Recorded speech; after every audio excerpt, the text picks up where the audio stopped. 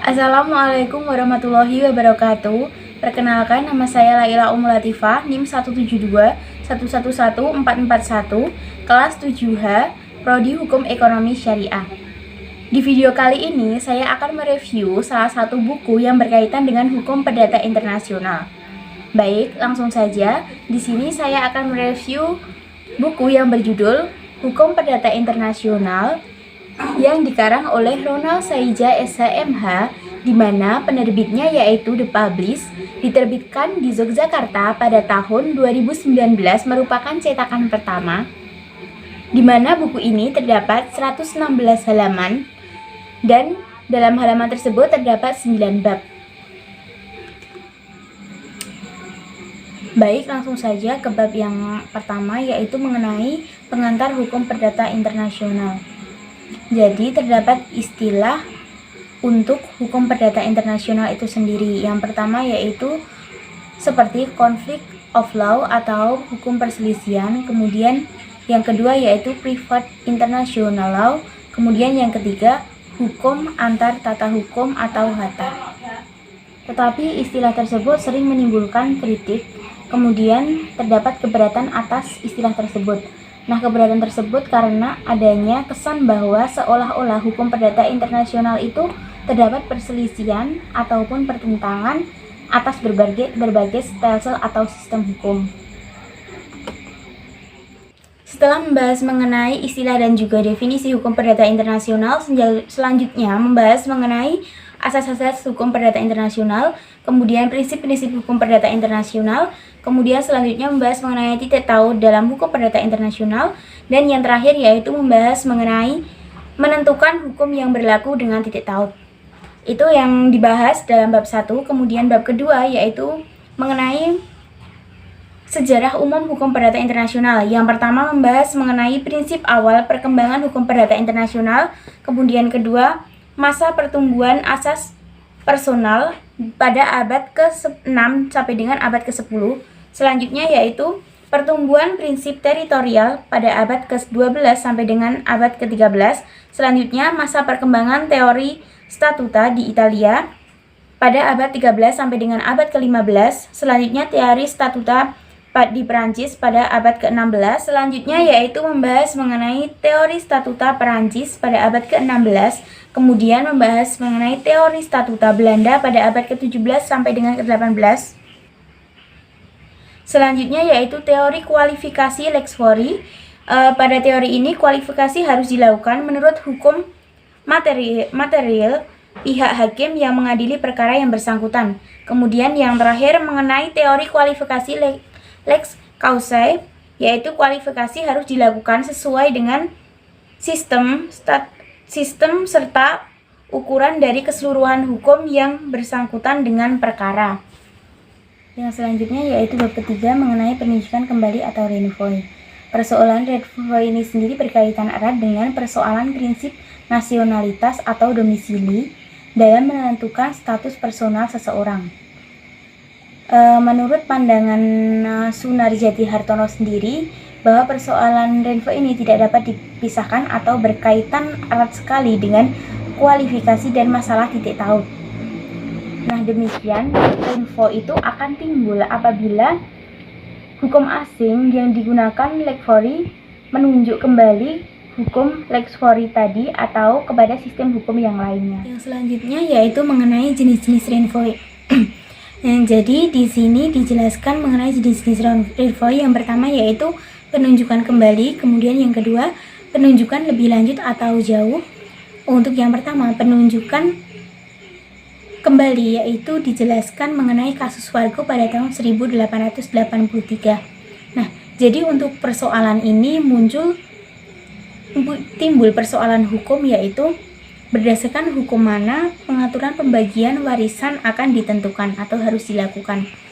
Apakah menurut hukum perdata internasional Batavia ataukah menurut hukum perdata internasional Prancis? Nah, jika untuk persoalan pewarisan mengenai hukum perdata internasional Prancis, maka ditetapkan bahwa mengenai persoalan pewarisan diatur berdasarkan kaidah-kaidah hukum di mana tempat pewaris tersebut menjadi warga negara. Sedangkan untuk hukum perdata internasional Batavia, maka ditetapkan bahwa kaidah-kaidah hukum pewarisan benda bergerak harus diatur berdasarkan hukum dari tempat di mana pewaris tersebut bertempat tinggal sehari-hari. Kemudian yang selanjutnya yaitu mengenai penunjukan lebih lanjut atau jauh. Di sini yaitu dijelaskan dalam kasus Patino versus Patino. Nah, untuk kasus ini, maka persoalan hukum yang timbul yaitu berdasarkan hukum mana pemenuhan atau penolakan perceraian tersebut harus dilakukan. Apakah menggunakan hukum Bolivia, ataukah hukum Spanyol, ataukah hukum Perancis. Kemudian yang selanjutnya yaitu mengenai the four-right court theory, atau dapat dikenal dengan total renvoi atau juga double renvoi. Renvoi jenis ini merupakan sejenis renvoi yang telah dikembangkan serta telah lama dikenal dalam hukum perdata internasional Inggris. Dalam hal ini, hakim seolah-olah berkedudukan sebagai forum atau pengadilan asing serta harus memutuskan perkara dengan cara yang sama dengan forum atau pengadilan asing atau lex fori. Baik, langsung saja bab keempat mengenai ketertiban umum. Pakar hukum perdata internasional menyatakan bahwa ketertiban umum merupakan masalah terpenting dalam ajaran hukum perdata internasional. Dalam sistem-sistem hukum di berbagai negara dibedakan menjadi dua, yaitu ketertiban umum internasional dan juga ketertiban umum intern. Nah, untuk yang selanjutnya yaitu bab kelima mengenai persoalan pendahuluan. Yang dimaksud dengan persoalan pendahuluan adalah persoalan atau permasalahan yang harus ditetapkan atau dipecahkan terlebih dahulu sebelum putusan akhir atas perkara hukum perdata internasional yang dihadapi hakim tersebut dijatuhkan atau ditetapkan. Selanjutnya yaitu bab ke-6 yaitu mengenai penyeludupan hukum. Jadi penyeludupan hukum dilakukan untuk tujuan tertentu dalam hukum perdata internasional, yaitu agar dalam hubungan hukum yang berlangsung atau bersangkutan dipergunakan hukum yang lain yang tidak berlaku semestinya atau yang tidak dipergunakan seharusnya. Jadi penyeludupan hukum terjadi bila mana ada suatu pihak untuk mendapatkan berlakunya hukum asing telah melakukan suatu cara yang tidak wajar dengan maksud untuk menghindari pemakaian hukum nasionalnya. Nah, kemudian yang selanjutnya yaitu bab ke-7, di mana bab ke-7 yaitu membahas mengenai penyesuaian.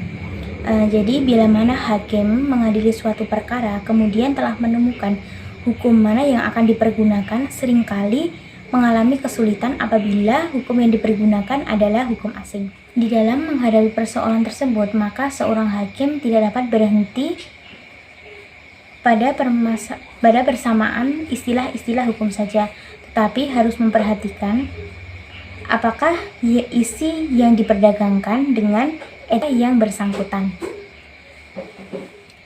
Selanjutnya yaitu bab ke-8 yaitu mengenai status personal.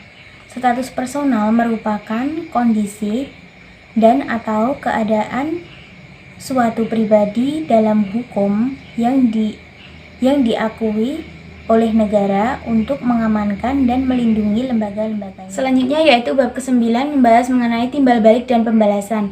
Pada bab 9 ini yaitu pertama membahas mengenai istilah timbal balik dan pembalasan, kemudian yang kedua mengenai contoh traktat, kemudian yang ketiga mengenai syarat timbal balik dan peraturan-peraturan tertulis. Bab 9 ini merupakan bab yang terakhir setelah review dari bab 1 sampai dengan bab 9, maka di sini saya akan menyampaikan atau kekurangan dari buku ini menurut saya. Untuk kelebihannya sendiri menurut saya yaitu pertama mudah dipahami karena di dalamnya terdapat contoh-contoh kasus yang sesuai dengan teori-teori yang diterangkan sebelumnya. Bahasa yang digunakan dengan bahasa yang jelas sehingga pembaca mudah memahami. Itu terdapat kekurangan yaitu di dalam buku ini diterangkan tidak secara detail, tetapi hanya pada pokok-pokok permasalahan mengenai teori-teori yang ada di dalam hukum perdata internasional saja. Sekian review dari saya. Apabila ada kurangnya mohon maaf. Sekian, wassalamualaikum warahmatullahi wabarakatuh.